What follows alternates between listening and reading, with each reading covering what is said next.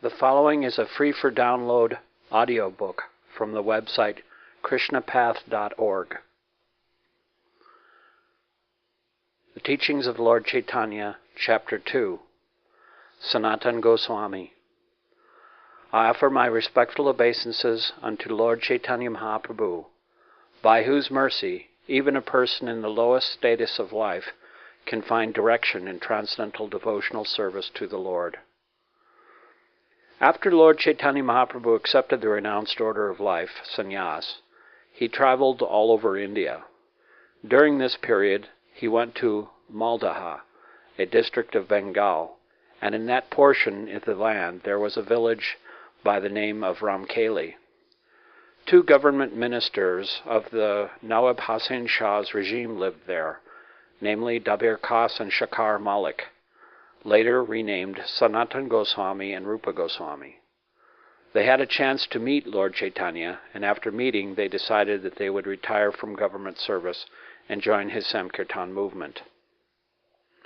The two brothers at once took steps to leave their material engagements and appointed two learned Brahmins to perform certain Vedic religious rituals in order to achieve complete freedom for the devotional service of Krishna.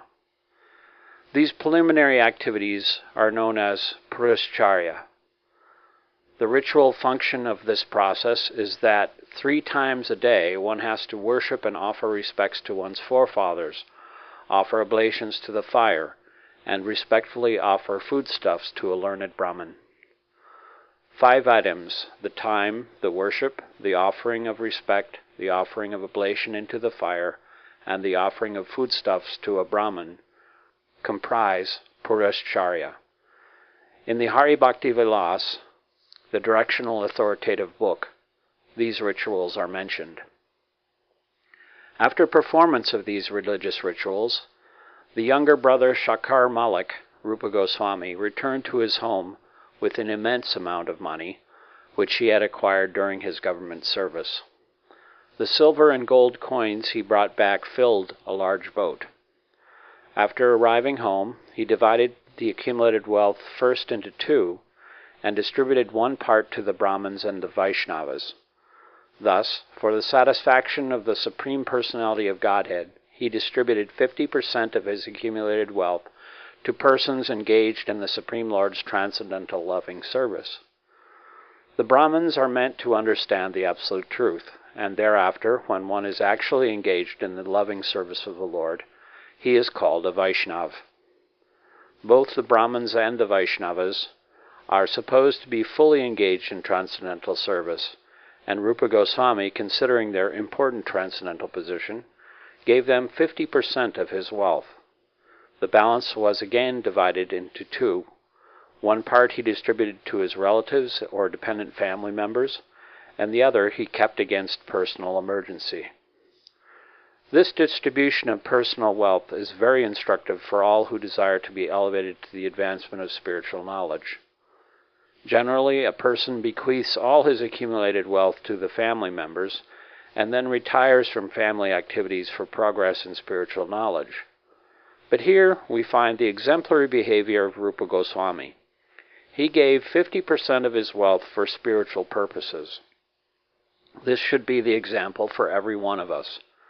The 25% of his accumulated wealth which he kept against personal emergencies, he deposited with a good business firm, since in those days there were no banks. Another 10,000 coins were deposited for expenditures by his elder brother, Sanatana Goswami. Rupa Goswami at this time received information that Lord Chaitanya Mahaprabhu was preparing to proceed toward Vrindavan from Jagannath Puri. He sent 2 messengers to receive actual information of the Lord's itinerary, and he made his own plans to go to Mathura to meet the Lord there. It appears that Rupa Goswami got permission to join Lord Chaitanya, but Sanatana Goswami did not. Therefore, Sanatana Goswami entrusted his responsibility in the government service to his immediate assistants, and he remained at home to study Srimad Bhagavatam. He engaged some 10 or 20 learned Brahmins and began an intensive study of Srimad Bhagavatam in their company. While he was thus engaged, he submitted sick reports to the Nawab, but the ruler was very anxious for his advice in government matters, and therefore he suddenly appeared one day at Sanatana Goswami's house. The Nawab entered the assembly of Sanatana Goswami and the Brahmins, and out of respect all of them stood up to receive him, and they offered him a place to sit. The Nawab said, "You have submitted sick reports, but I sent my physician to see you, and he reported that you have no illness. I did not know why you were submitting sick reports and not attending to your service, so I have personally come to see you, and I am very much perturbed by your behavior. As you know, I completely depend on you and your responsible work in governing. I was therefore free to act in other matters because I was depending on you, but if you do not join me, your past devotion will be spoiled. Now, what is your intention? Please tell me." End quote. On hearing this, Sanatana Goswami replied that he was unable to work any more, and it would be very kind of the Nawab if he appointed somebody else to execute the work that he was entrusted to. The Nawab became very angry at this and said, "Your elder brother lives like a hunter, and if you also retire from the administration, then everything will be finished." End quote. It is said that Nawab used to treat Sanatana Goswami as a younger brother. The Nawab was engaged in conquering different parts of the country, and he was also engaged in hunting, and therefore he depended more or less on Sanatana Goswami for administration, and so he pleaded with him, "If you also retire from the government service, how will the administration be run?" Sanatana Goswami replied very gravely, "You are the governor of Goda, and you punish different kinds of criminals in different ways, so you are at liberty to punish anyone according to his activity." End quote. The purpose of this reply was that the government was engaged in hunting animals and killing men to expand his kingdom, so let both of them suffer according to the acts they were performing. The Nawab was intelligent, and he understood Sanatana Goswami's purpose, and left the place in an angry mood. Shortly thereafter, he went off to conquer Orissa, and ordered the arrest of Sanatana Goswami until he returned. Rupa Goswami then learned that his elder brother Sanatan had been arrested by the Nawab. He sent information by the messenger that the 10,000 coins in Goda, Bengal, in custody of the grocer, could be used to release him from the Nawab's detention. Rupa Goswami, with his younger brother, whose name was Sri Ballabha, then started for Vrindavan to meet Chaitanya Mahaprabhu. Sanatan offered 5,000 coins to the keeper of the jail in which he was being kept in custody. He advised the jail keeper to gladly accept the 5,000 coins from him and let him go, because by accepting such money he would be materially benefited, and at the same time he would be acting very righteously in freeing Sanatan for spiritual activities. The custodian replied, "Of course I can let you go, but you have done many services for me and you are in government service. I know that, but I am afraid of the Nawab when he hears that you are free. I'll have to explain. How can I accept such a proposal?" End quote. Sanatan gave a story which the custodian might submit to the Nawab as to how he had escaped, and he then raised to offer 10,000 coins. The custodian then agreed to the proposition, and he was very anxious to get the 10,000 coins, and so he let him go. Sanatan then proceeded to Lord Chaitanya Mahaprabhu. He did not go on an open road, but traveled instead through the jungles until he arrived at a place in Bihar called Padba, and rested there in the hotel. The hotel keeper, meanwhile, was informed by an astrologer employed at the hotel that Sanatana Goswami had some gold coins with him, and he wanted to take them from him. And so he spoke with superficial respect. Quote, "You just take your rest tonight, and in the morning I shall arrange for you to get out of this jungle trap." End quote. Sanatan, however, was suspicious of the behavior of this hotel keeper, and he inquired from his accompanying servant, Ishan, whether he had some money. Ishan told him he had 7 gold coins with him. Sanatan did not like the idea of the servant carrying such money. He was angry with him and said, "Why do you carry this death knell on the road?" Sanatan at once took the 7 gold coins and offered them to the hotel keeper. He then requested the hotel keeper to help him through the jungle. He informed him that he was on a special journey for the government and could not travel on the open road, and therefore it would be very kind if the hotel keeper would help him to get over the jungle mountain. The hotel keeper replied, "I understood that you had 8 gold coins with you, and I was thinking of killing you to take them. But you are very good, I can understand, and so you don't have to offer me the money. I'll get you out of the hill tract." End quote. Sanatan replied, "If you don't accept these coins, then somebody else will take them from me. Somebody will kill me for them, so better you take them. I offer them to you." End quote. The hotel keeper then gave him full assistance, and that very night he helped him to get past the hills. When Sanatan emerged, he requested his servant to go home with the 1 gold coin he still had with him, and he would go on alone. After the departure of his servant, Sanatan felt completely free. With torn clothing and a water pot in his hand, he began to proceed toward Lord Chaitanya Mahaprabhu. On the way, he met his rich brother-in-law, who was also in the service of the government, and who offered him an excellent blanket, which Sanatan accepted at his special request. Then he parted from him and went on alone to see Chaitanya Mahaprabhu at Benares. When he reached Benares, he understood that the Lord was there, and he was very glad. He was informed by people that Lord Chaitanya Mahaprabhu was staying at the house of Chandrasekhar-acharya, and he went there. Chaitanya Mahaprabhu was inside the house, and he could understand that Sanatan had arrived at the door. He asked Chandrasekhar to call the man who was sitting at his door. Quote, "He's a Vaishnav, a great devotee of the Lord." End quote. Chandrasekhar went out to see the man, but saw no Vaishnav at the door. He saw only a man who appeared to be a mendicant. The Lord then asked to see the mendicant. When Sanatan entered the courtyard of the house, Lord Chaitanya hurriedly came to receive him and embraced him. When the Lord embraced him, Sanatan became overwhelmed with spiritual ecstasy, and he began to say, "My dear Lord, please do not touch me." But both of them embraced each other and began to cry. Seeing Sanatan and Lord Chaitanya acting thus, Chandrasekhar was struck with wonder. Lord Chaitanya received Sanatan in this way and asked him to sit down with him on a bench. He was touching the body of Sanatan with his hand, and Sanatan asked him, "My dear Lord, please do not touch me." The Lord replied, "I am touching you just for my purification, because you are a great devotee. By your devotional service, you can deliver the whole universe for going back to Godhead." In this connection, the Lord quoted a nice verse from Srimad Bhagavatam.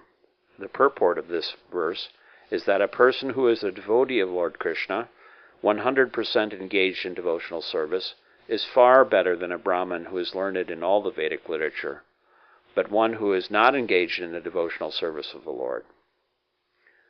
The devotee can purify every place and everything because he is carrying the Supreme Lord within his heart. In the Vedic literature, it is also stated that the Supreme Personality of Godhead does not recognize even a person who is very learned in all the divisions of the Vedas, but rather he likes a person, even if born in a low family, provided that person is a devotee. Instead of offering charities to some Brahmin who is not a devotee, if something is offered to a devotee, that offering is accepted by the Lord. In other words, anything offered to the Lord may be given to his devotees. Chaitanya Mahaprabhu also quoted from Srimad Bhagavatam that if a Brahmin, although qualified with the 12 different qualities of a Brahmin, is not a devotee of the Supreme Lord, then he is lower than the lowest of the low, even though born in a high family. A devotee, although born in a Chandala, dog-eater family, can purify his whole family for 100 generations past and future by devotional service, whereas a proud Brahmin cannot even purify himself. It is said in the Hari Bhakti Sudodaya, quote, O devotee of the Lord, To see you is the perfection of the eyes. To touch your body is the perfection of bodily activities. To glorify your qualities is the perfection of the tongue, because it is very rare to find a pure devotee like you. The Lord next said to Sanatan that Krishna is very merciful and is the deliverer of the fallen soul.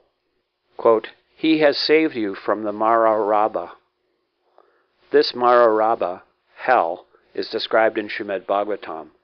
It is for persons who are engaged in killing animals. It is stated there that butchers or animal eaters go to that hell.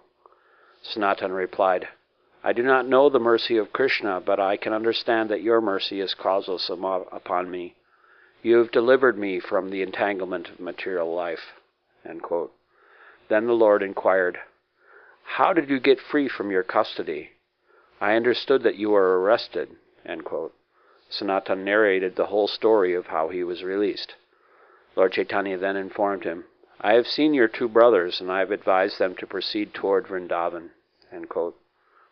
Lord Chaitanya now introduced Chandrasekhar to Sanatan, and there was a pleasant invitation made for Sanatan to dine with him. The Lord requested Chandrasekhar to take Sanatan to the barber and make him gentle, because Sanatan had grown a long beard, which Sri Chaitanya Mahaprabhu did not like. He therefore asked Chandrasekhar to take Sanatan to a bath and get him clean-shaved. He asked him to change his clothes also. After taking a bath and cleansing himself, Sanatan requested Chandrasekhar to give him some good cloth. When Lord Chaitanya was informed that Sanatan did not accept new garments, but accepted only some used garments from Chandrasekhar, he was very glad. The Lord sat down for lunch and asked Chandrasekhar to keep food for Sanatan. Chandrasekhar did not offer him food immediately, however, but after the Lord finished his eating, there were some remnants of his foodstuff, and that was offered to Sanatan while the Lord went for his rest.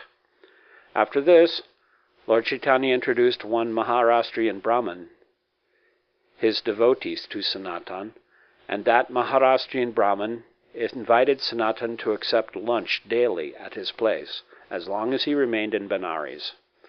Sanatan said, so long as I remain at Benares, I will beg from door to door, and the Lord will be so good as to accept from you this invitation for daily lunch at the Brahmin's house. End quote.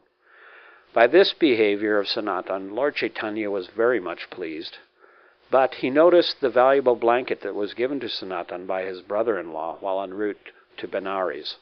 Although Lord Chaitanya was overlooking the blanket, Sanatan understood that Lord Chaitanya did not approve of such a valuable garment on his body, and he planned to get rid of it. He immediately went to the bank of the Ganges and there saw a mendicant washing an old quilt. Sanatan asked him to trade the old quilt for the valuable blanket. The poor mendicant thought that Sanatan was joking with him, but he said, how is that? You appear to be a very nice gentleman, but you are mocking me in this unmannerly way. End quote. Sanatan informed him, I am not joking with you. I am very serious. Will you kindly exchange that torn quilt for this blanket? End quote. Then Sanatan exchanged his blanket for the torn quilt, and he came before the Lord.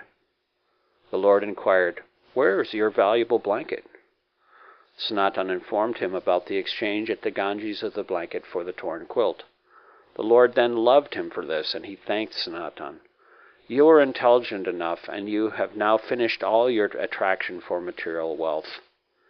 In other words, the Lord accepts a person for devotional service only when he is completely free from all materialistic possessions. The Lord said to Sanatan, it would not look well to become a mendicant and go begging door to door, while at the same time you have such a valuable blanket on your body. It is contradictory, and people would look at it with abhorrence. Sanatan replied to the Lord, whatever I am doing to become free from material attachment, it is all your mercy. The Lord was very much pleased with him, and both of them discussed spiritual advancement. Previous to this meeting of Sanatan and Lord Chaitanya met the householder devotee Ramananda Roy. At that meeting, which is discussed in a different chapter, Lord Chaitanya asked Ramananda Roy questions, and Ramananda replied as if he were the teacher of the Lord. But in this case, Sanatan will put questions to the Lord, and the Lord will answer them. The instruction and teachings of Lord Chaitanya are very important for people in general. He teaches the process of devotional service, which is the constitutional position of every living entity. It is every man's duty to advance in spiritual science. All these things are very nicely discussed in the talks between Lord Chaitanya and Sanatana Goswami. At the mercy of Lord Chaitanya, Sanatan was able to put questions before him, and these are replied to properly. The meeting of Sanatan and Lord Chaitanya teaches us that in order to understand spiritual subject matters, one must approach a spiritual master like Lord Chaitanya Mahaprabhu and make submissive inquiries. This is also confirmed in the instruction of the Bhagavad Gita, that one should approach a man of authority and learn from him about spiritual science.